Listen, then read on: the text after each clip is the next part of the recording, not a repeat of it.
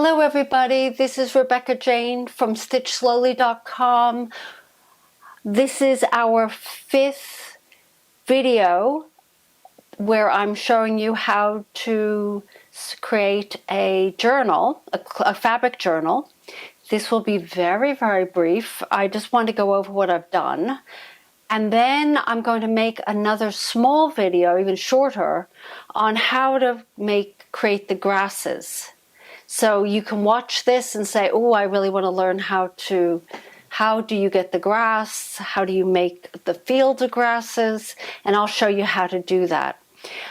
So I'll go through just briefly what I've done. If you've seen, there's 4 other videos prior to this, which takes you through the different steps that I've been through the starting point of just having the blank material, which was just this, and then how I layered the fabric on top to match this painting, and it's actually looking more and more like the painting. So as I'm talking to you, I see I want to add some more clouds, and that I'll do eventually. But what I've been really concentrating on are the blue cornflowers. And I'm adding like little yellow flowers in between. So there's a little kind of, just to kind of give it a little bit of oomph beyond just the blue. And I'm doing the grass and adding a little bit of stitchery. So this is all straight stitch. These are French knots, these little yellow flowers. And that's also going to be another video. I'll show just a little short 1-minute video on that. These are the grasses. So if you recall, maybe in the very first beginning of the very first video about this diary, this journal, I call it a diary, it's actually a journal. It's, I didn't know how I would create the grass. I had this color, fabric, you'll see just below, right?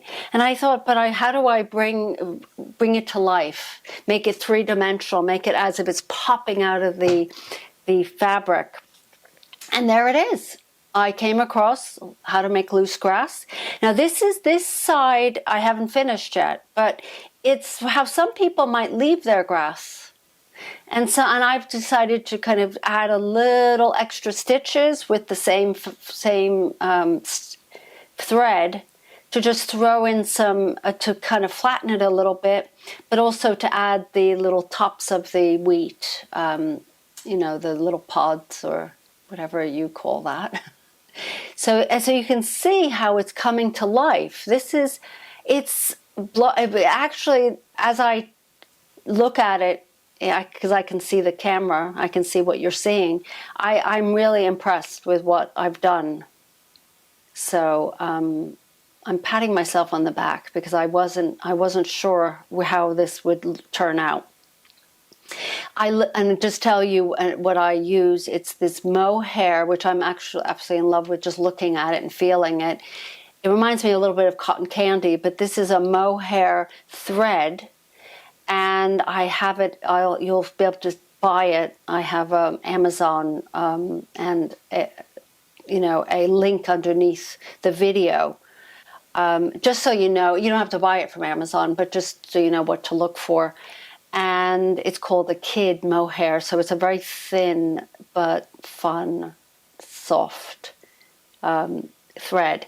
And I'm showing this because you really need a threader to help thread this needle. And I had to get a special needle. These are very cheap. That's underneath also in the links. And so you don't have to look for all these things. I had to search for them. This is called a chenille needle. And it's and so that it's quite a large little eye, so you can put that through. And so that's what I've done so far. And I'm going to do the sky and add some. I'll be adding. I think I'll throw some extra clouds in there. I'm going to make. I have this very dark thread to create these trees in the background to kind of let them jump out a little bit. I'm getting actually close to being done. I've also added some organza throughout just to give it a little shine. So the next video you will see will be the final one for this journal. It's the Mary Oliver journal.